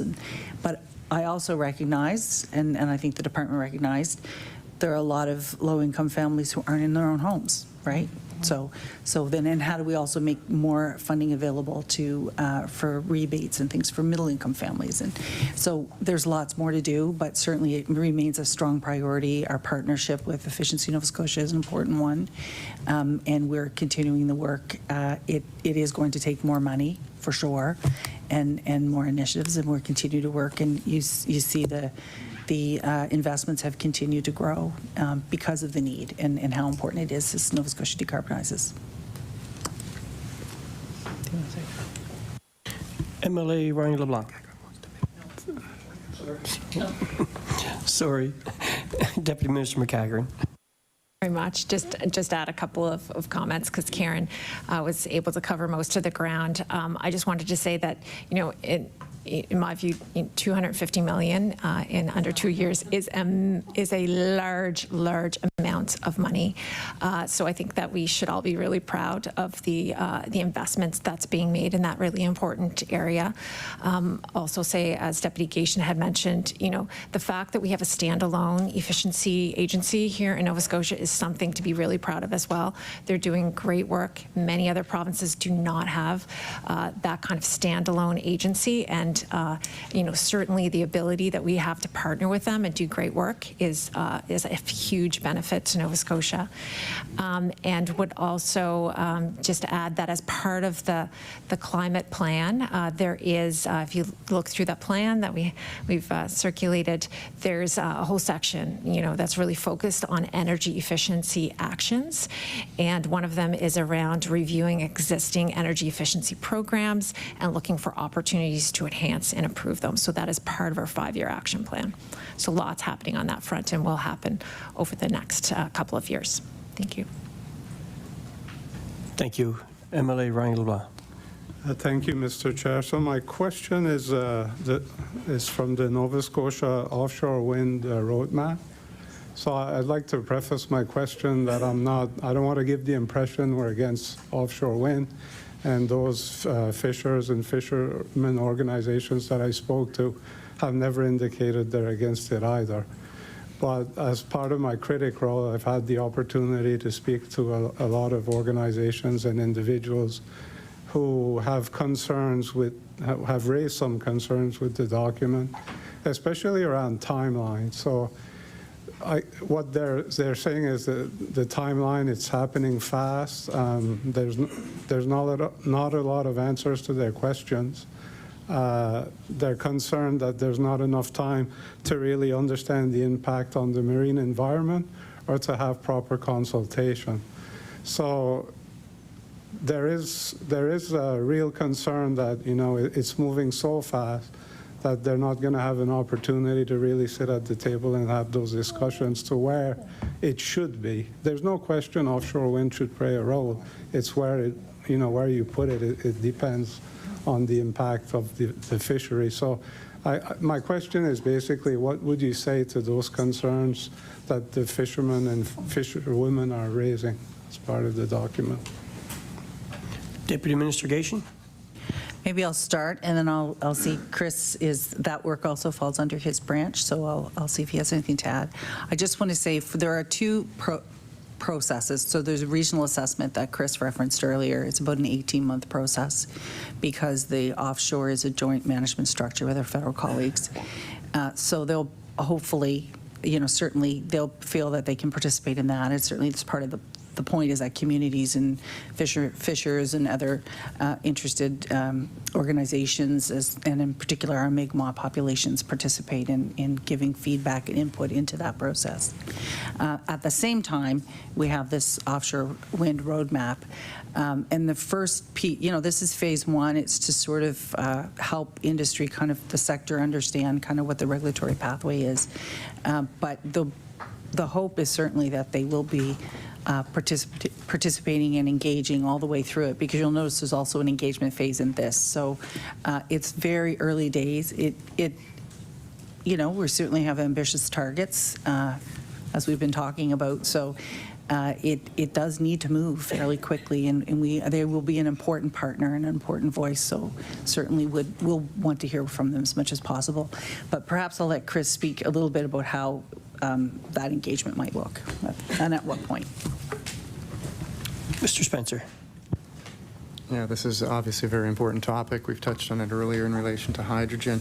It's even more important with offshore wind. We're specifically, you know, talking about people's livelihoods, and in some cases, their sole livelihood.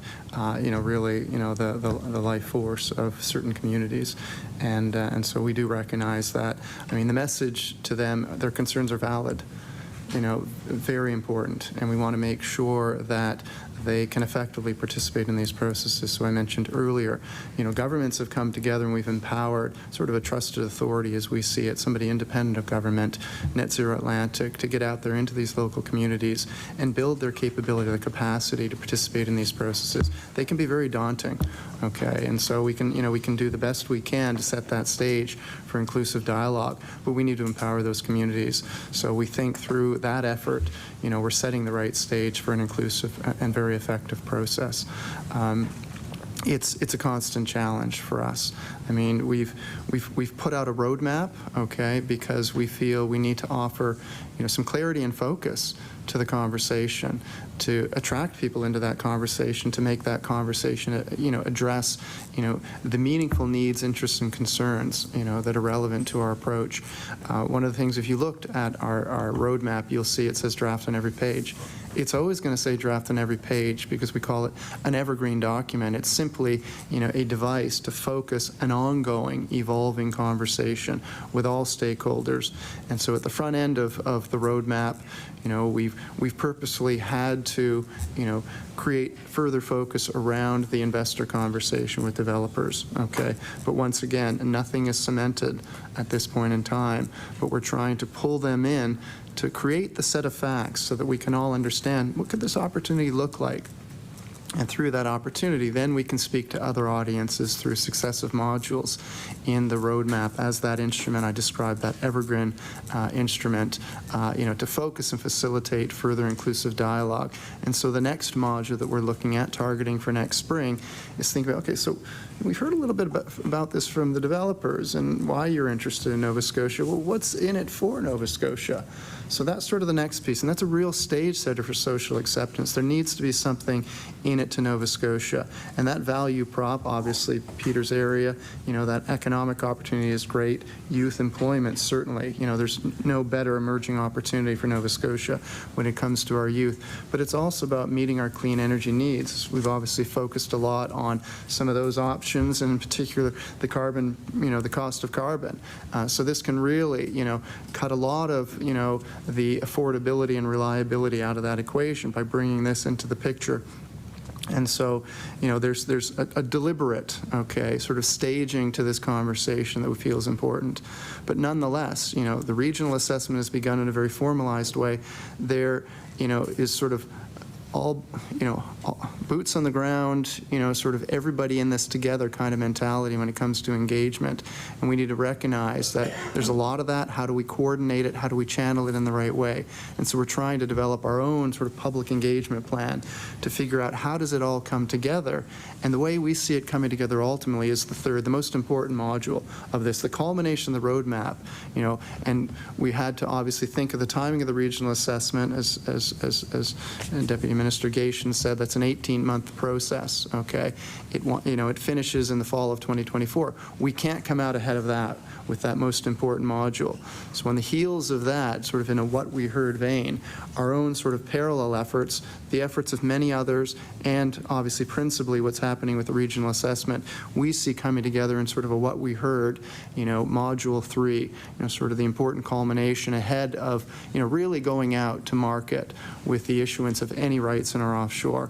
And so we think we're offering, you know, a strong recognition of the importance of this, and we started that work, and we're going to continue it through this evergreen instrument. MLA Ronnie LeBlanc. Thank you for the answer. If you look at the document, it's page 5, the starting point for offshore wind in Nova Scotia.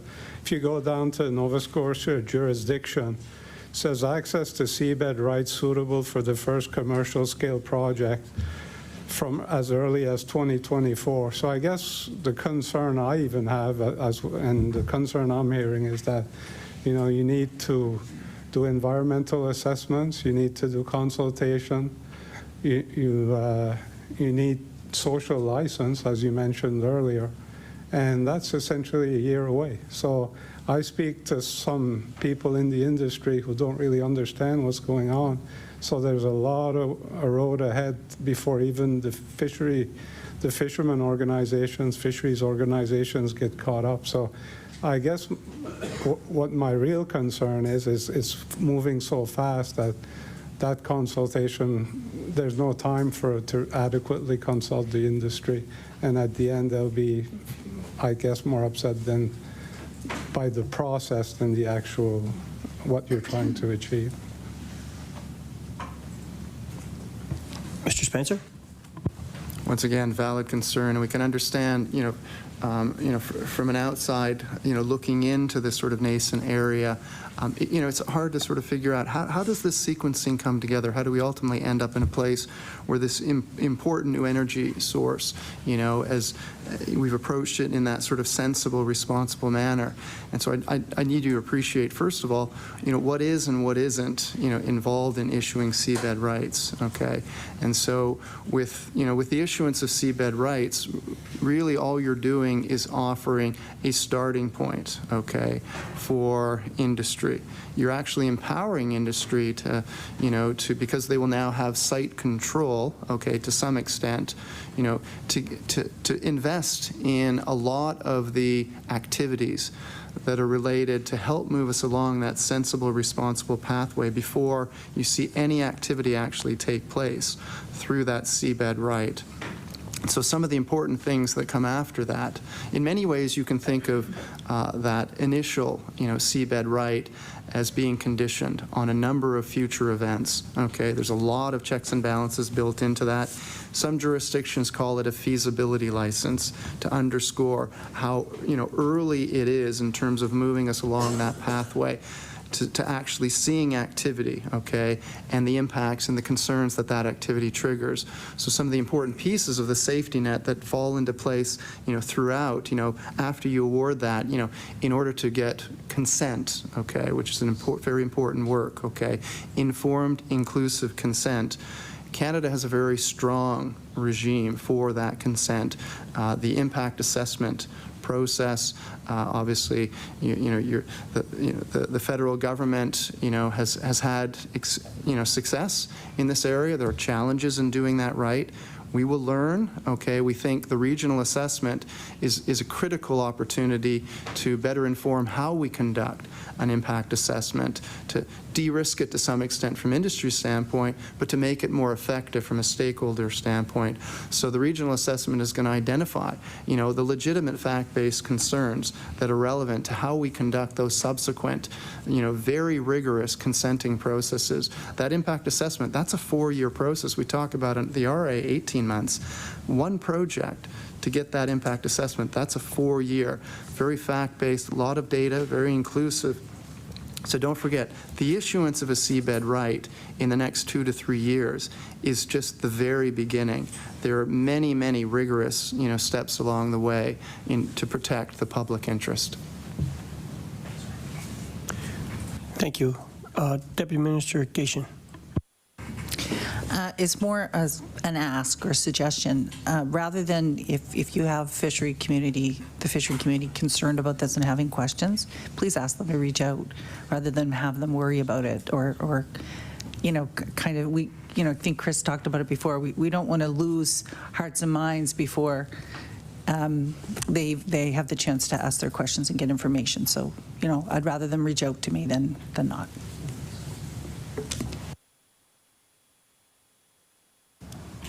Emily Ronnie LeBlanc.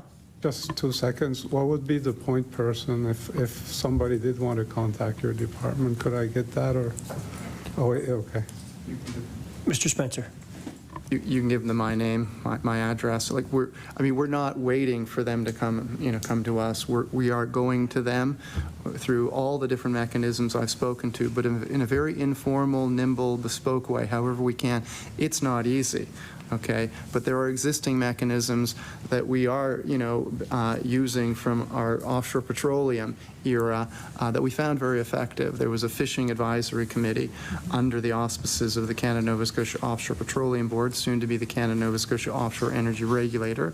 Okay, that FAC has been a very constructive forum to gather the fishing interests together around these important areas of consideration. We've met with that FAC twice. Okay, and we're using that to make sure that we can do this in an effective, coordinating way. But it's a team approach. It's never going to be perfect, and we'll learn as we go along, and we'll always do as best as we can. Thank you. MLA Lachance. Thank you. So I actually want to continue on around the offshore wind roadmap, and I guess I'm wondering, well, that's being developed, how does it intersect with the environmental impact assessment process? So Deputy Minister MacEachern, you had mentioned you had 8 applications since January and 6 were wind, and I'm wondering if any of them are offshore. And if we're still working on the consultative portion of the roadmap, how does that line up with the environmental assessment process? Deputy Minister MacEachern. Yeah, thanks very much for that question. The wind projects that have come through the process so far are all onshore wind projects, and those are the other ones that I mentioned that are, we understand are in the offing, and that companies are feeling they're almost ready to come forward with our onshore wind projects. When it comes to the offshore, the legislation that is before the federal House and the work and consultation work and the regional assessment that's underway, as was the case for petroleum in the offshore, it was regulated by that board, and so the assessment, the environmental assessment approval work, and the other associated regulatory functions were done at the petroleum board, Nova Scotia Offshore Petroleum Board, and so we would anticipate that they would carry out a similar function as it relates to the environmental approvals for the offshore as well. But again, all of that is part of the process and part of what is being worked out. Deputy Minister Gatien. And just to add, so because it's a joint management structure, the federal government is making amendments to the Accord. It's a big, long name. I can get it for you if you want it. And it's, won't get completed now, because of course the House has risen, but until the fall, and then Nova Scotia will have to do its amendments to the provincial portion. And then the Canada-Nova Scotia Offshore Petroleum Board will change to the Offshore Regulator. That's when that will change.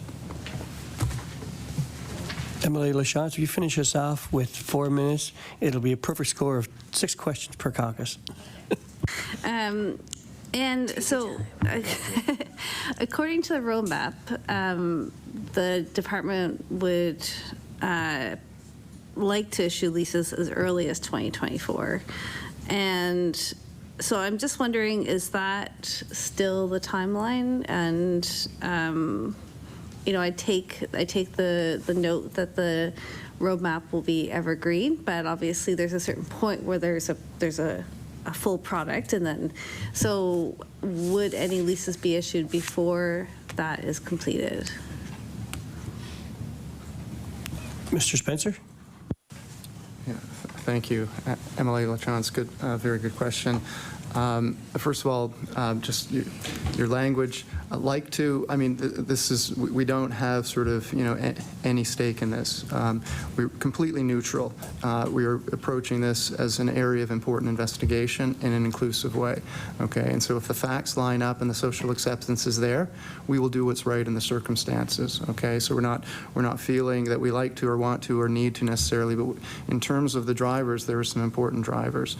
Okay, one of the most important important we've touched on again and again today, which is meeting our own clean energy needs. 2030 is going to be upon us before long, okay? 2035, an even heavier lift in terms of the federally imposed clean electricity standards. We need to investigate this so that it could play a viable and meaningful role in meeting that. We think that one of our most nimble, timely, and areas of opportunity that we unilaterally control, okay, is looking within Nova Scotia waters. I know we've talked about the joint management regime. The vast majority of our offshore, where we have a strong, successful partnership on offshore petroleum with the federal government. We're looking to continue that for offshore wind, okay? And there's certain processes and there's certain timelines that will be suitable for that pathway. But we feel to de-risk a joint management pathway, I mean, it would be irresponsible if we were not to investigate in a fact-based, neutral way, you know, is there an opportunity in Nova Scotia waters, you know, defined as Mr. Withers, I think Mr. Gorman's here somewhere, as Mr. Withers, you know, perhaps mischaracterized in certain ways. You know, we're obviously going to be very, you know, judicious in understanding the facts of whether or not there are, you know, socially acceptable areas that are near shore. Okay, we purposefully don't even use the word offshore when we think of Nova Scotia waters. We think of that as the near shore pathway. And what's driving that, okay, is that strong, you know, imperative to meet our clean electricity standards, to bring new options to the table that are affordable and reliable. And so it's an investigation that we're going to do, as I've said earlier, as inclusively as we can based on the right facts, and empowering people to learn those facts as we learn. So one of the things that we're looking at is creating a working group, okay, to tackle the important policy questions about process and inclusion, and so that we can ultimately make our decisions in the most confident manner in terms of social acceptance. Nobody gains if we all make a misstep, and that not only undermines our ability to bring this energy option to meeting our, you know, our very timely and urgent clean electricity needs, but ultimately spoils the well, poisons the well for the long-term interests in terms of economic opportunity associated with the joint management regime. And so, you know, we are going to learn along the way, and that's why the approach is always evergreen, okay? Through that, it sends a strong signal, though, because people should understand nothing is ever set in stone. We are always open to pivoting based on new facts that come through that inclusive dialogue. And so at the end of the day, we can be confident that, you know, the steps along that path, which I've said, you know, are many steps, okay, in terms of rigorous process. Although 2024, okay, is an initial step, there are many subsequent steps before we will feel confidently that consent is there in order to see activity actually take place in the appropriate manner. Thank you, Mr. Spencer. Unfortunately, that brings our time for questioning to a close. I think you've had our attention the whole time. I'm sure time passed pretty quick. I'd like to give you an opportunity for brief closing remarks if anybody would like to make some. Just give me a nod. Seeing nothing? Well, thank you very much. On behalf of the committee, I truly want to thank you and appreciate the knowledge that you've given us. Obviously, the topic is of interest to all Nova Scotians, but here in this committee, it was a real good meeting. I really am happy to have you here. So you're free to leave the meeting now if you wish. We'll take a 5-minute break, 5-minute recess. So, too long? 5 minutes? I see some nods from the Liberals. I'm hearing from PC, so I'll go with that. It's 5 minutes.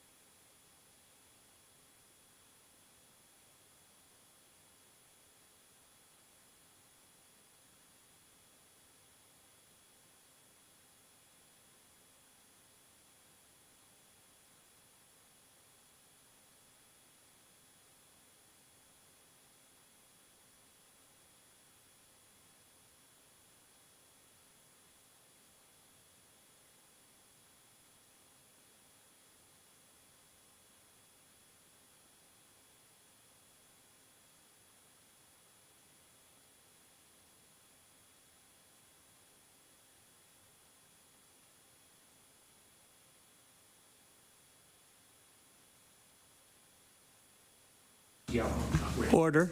I bring the meeting back to order.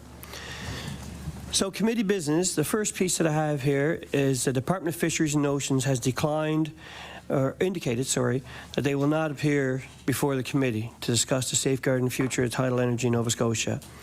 What is the committee's wishes to do with this? You want to move forward? You want to postpone? What would you like? MLA Smith.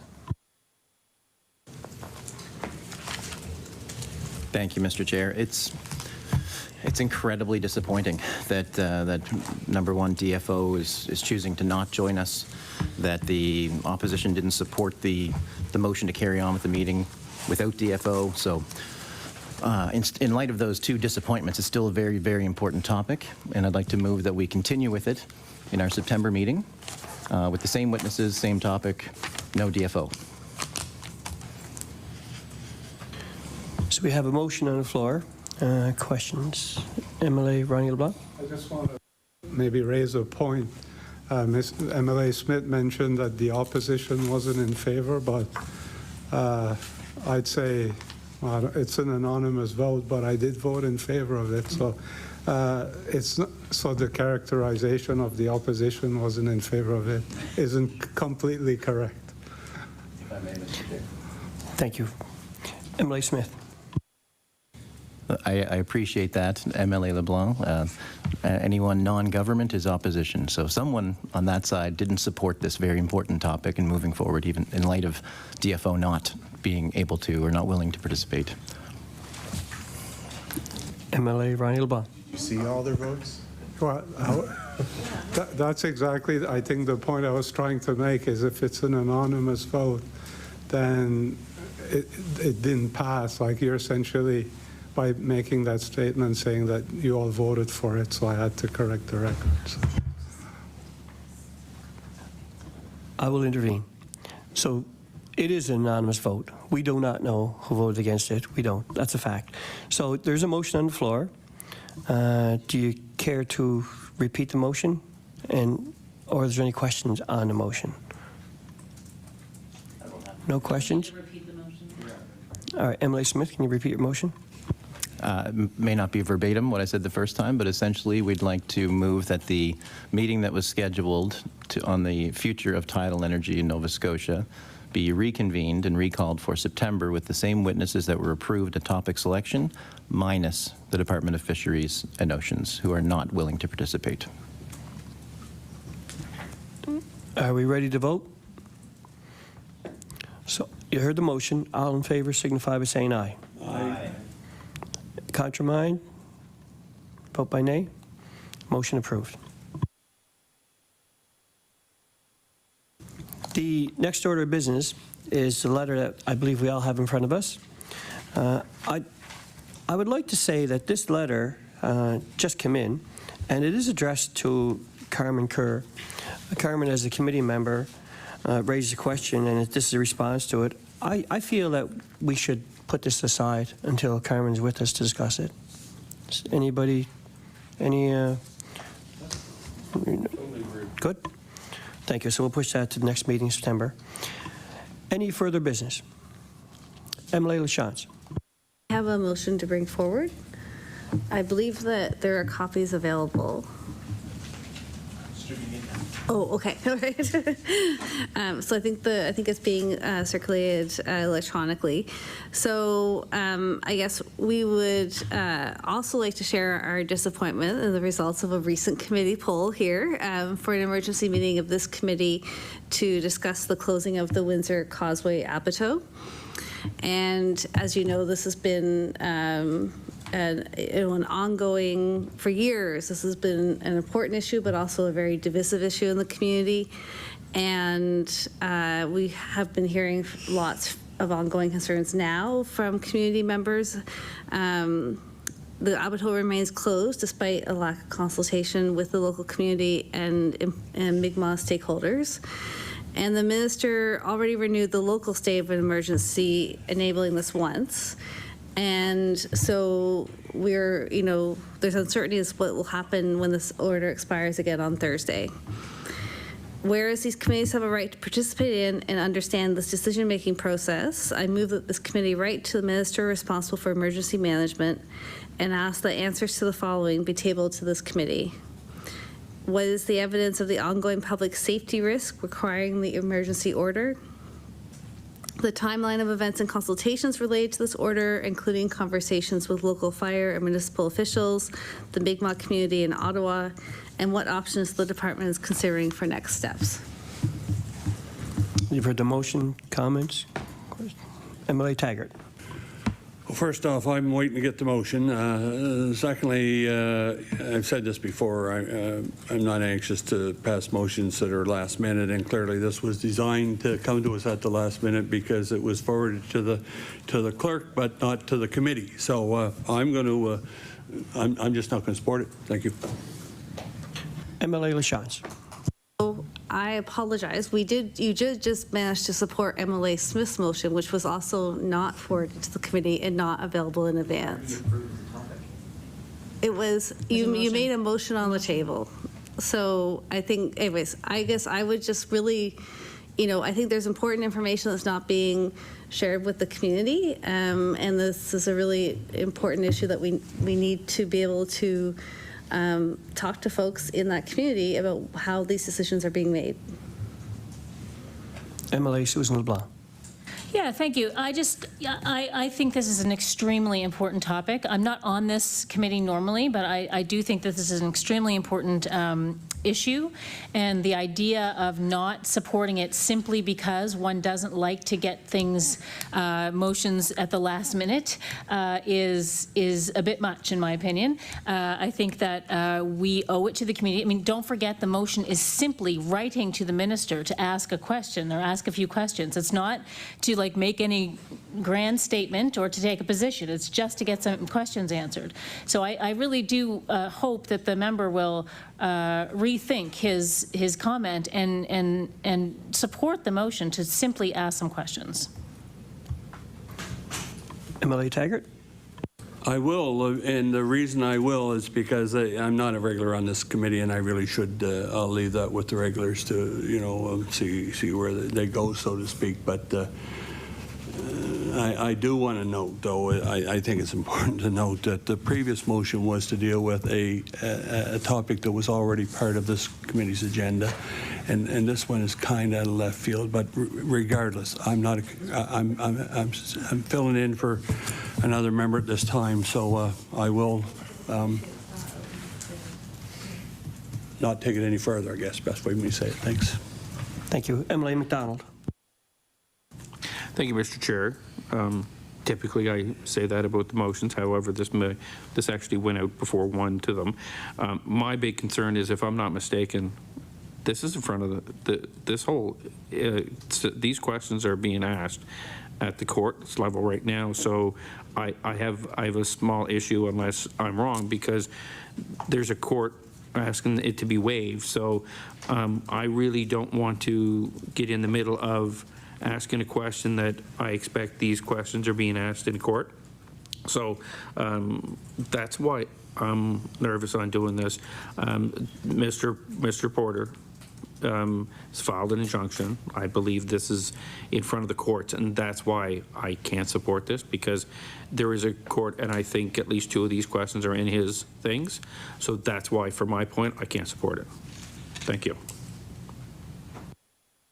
Any further comments? Emily LaChance. Minister, I thought you said minister.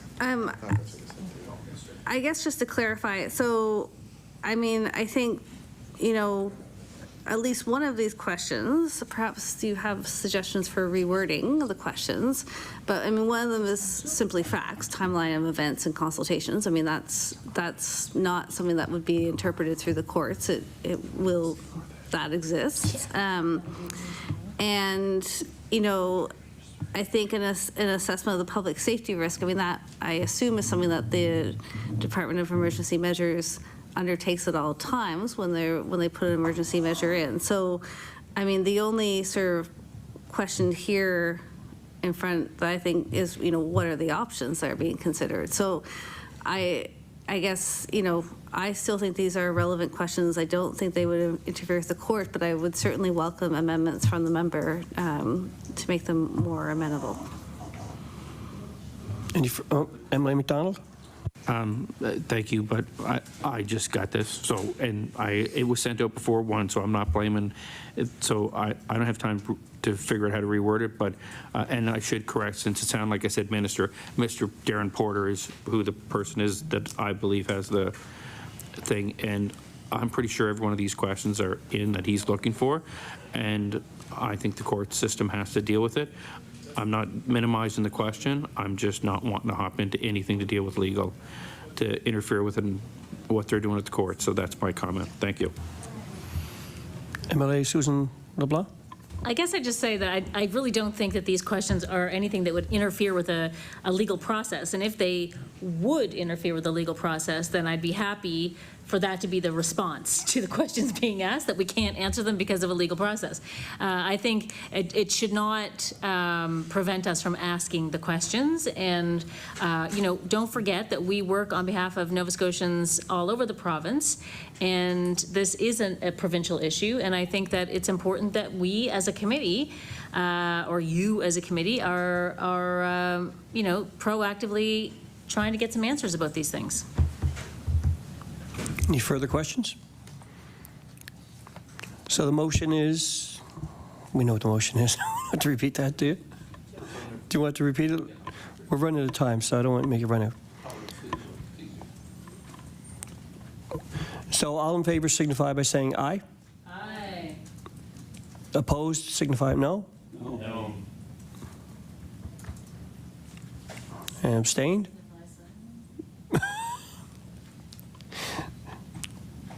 Are you abstained? So the motion's declined. Yeah. Motion's not approved. Thank you. No further business? The next meeting is... The next meeting is September 26th, and it is Sustainable Marine Energy with Force, Marine Renewables Canada, and reps from the Department of Fisheries and Oceans Canada. That'll be 11 o'clock?